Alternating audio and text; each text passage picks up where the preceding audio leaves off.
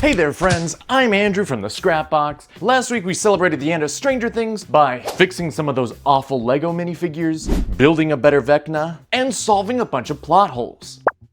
But before I could get everything nice and done, I died. But of course, I'm back.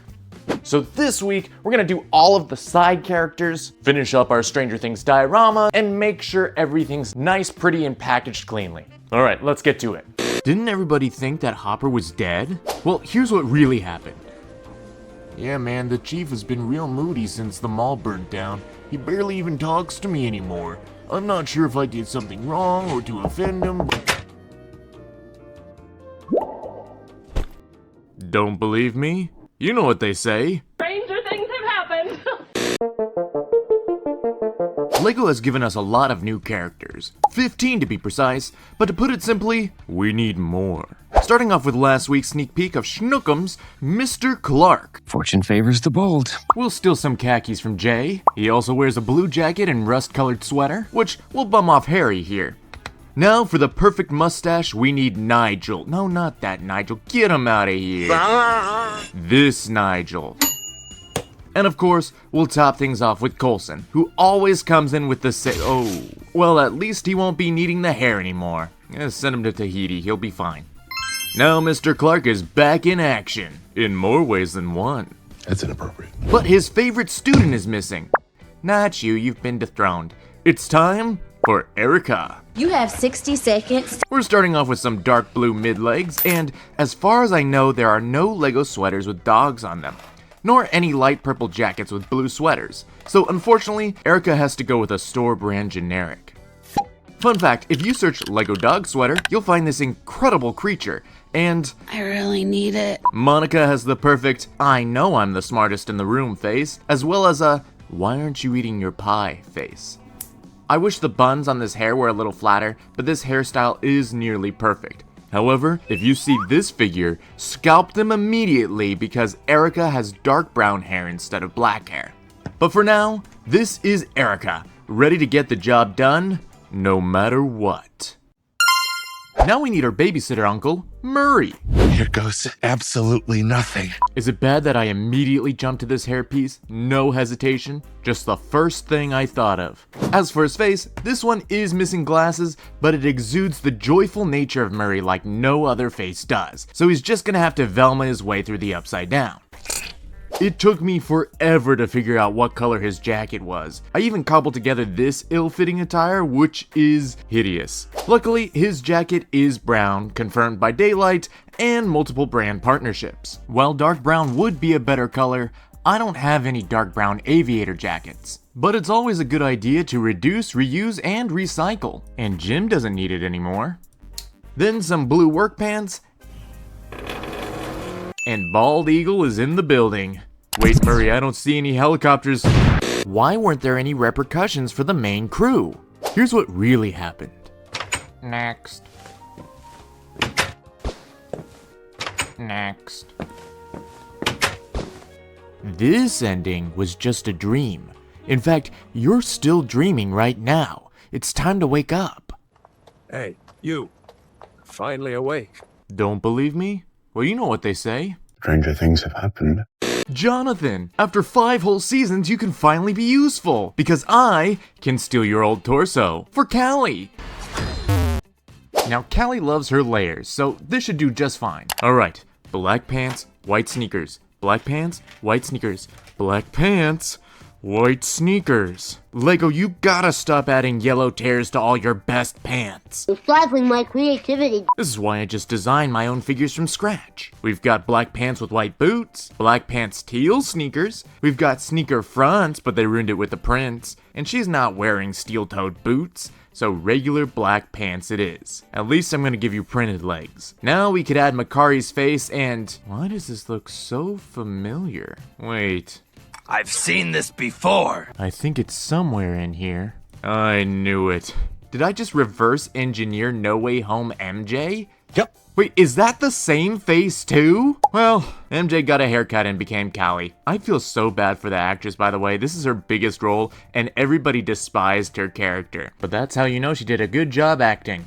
I don't want to do Vicky. She's so icky. Really, it's because none of the stripes on the torsos go the right way, but I guess we could use pink as an average, then take this torso, swap the arms for blue, and use a puffy vest to claim she's wearing her oversized sweater. Plop on a constantly nervous face, and some Ronald Weasley hair, and it's not good, but maybe if I say it with bravado. Look at the most amazing Vicky in the world! Oh, we're moving on. Also, Derek's here from last week. Hold on. Steve? No, too piloty. Natasha? No, too many straps. I'm almost gonna pick you just because it's funny. But up here I've got real people, including Jane. Ooh, you didn't see that? Jane Goodall. Jane, let go of the monkey. This is nothing personal. Also, you're way too happy. Okay, mean and old.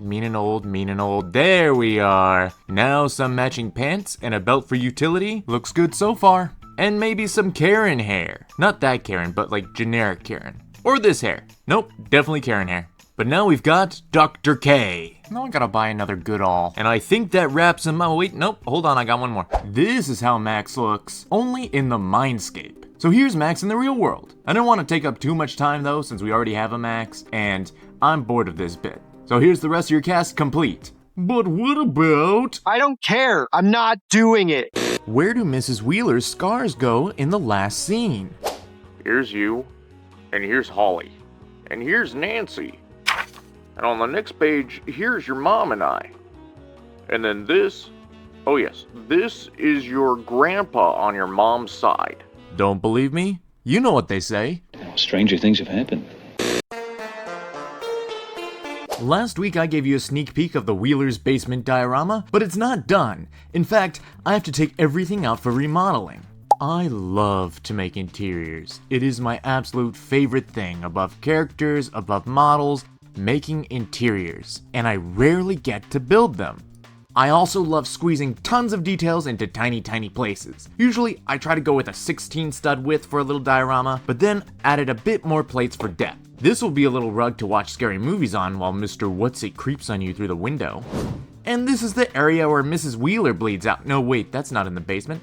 This must be the rug that goes under the table.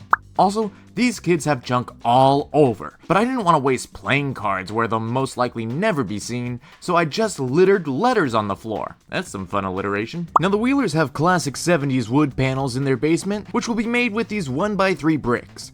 The corner won't need to follow the pattern as it'll be covered up later. This follows around the back walls where shown spaces follow the plank decor and hidden spots won't. Even the top of the couch uses 1x1 plates to fake the wood effect. Now we can plop in some furniture, like the rest of the couch. A standing lamp. This bookshelf filled with games. Also another lamp. This basement has so many lights. That's right, yet another lamp. An old school TV. And I don't have a golf club, so we're pretending this hockey stick is one in Mr. Wheeler's golf bag. Now I've got a ton of chairs, which will sit around this newly tiled D&D table. Finally, a cooler for soda, and a stack of comic books. Now we can start the shelving. What goes on the shelves? Mostly junk. I just wanted to make a space to put all of their player binders, like at the end of the show. Hold on a second. If you look at the arrangement of letters, it's obviously a code. Like and sub. Well, you guys know what to do. We should probably add a door at some point. Then the basement has the ugliest plaid wallpaper ever, which I'm making out of sand green plates and these modified bricks from the pab wall in olive green and nougat. It goes all the way around, and then we need a second shelf, which has space for my trinkets. What's going on? It's Trinketville! And now we've got room for the upper windows, and I'm actually using windows from the 80s, but they're easily replaced with modern windows. And once I've tiled off the top, the diorama is done. LEGO's never known for their spatial accuracy, but it's definitely got the details where they count. Now for our players. Max, taking notes. Can't take notes in class, but she can take them here. Lucas coming from the off-screen stairs, pulling out his chair. Will patiently waiting. Dustin rolling the closest piece LEGO has to a D20. And Mike DMing them all. No 11 though, because she's dead. Which means our D&D session is finally complete. Also, you thought you could hide from me, but I found you. I found you. Why didn't they let Ted Wheeler have some bacon? I think you know why.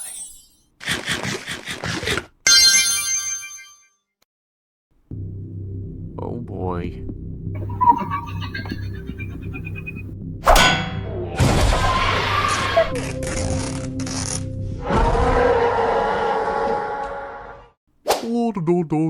Planning on destroying the world. La, la, la, la. Did you find something down there on the ground? Impossible. Send the mutt after me? Who decided that? Kidnap my daughter? Who decided that? Like this. Crash your world into mine? Who decided that? Don't believe me? Well, you know what they say. And there you have it. Stranger Things finally wrapped up for good. And you survived till the end of the video. Congratulations.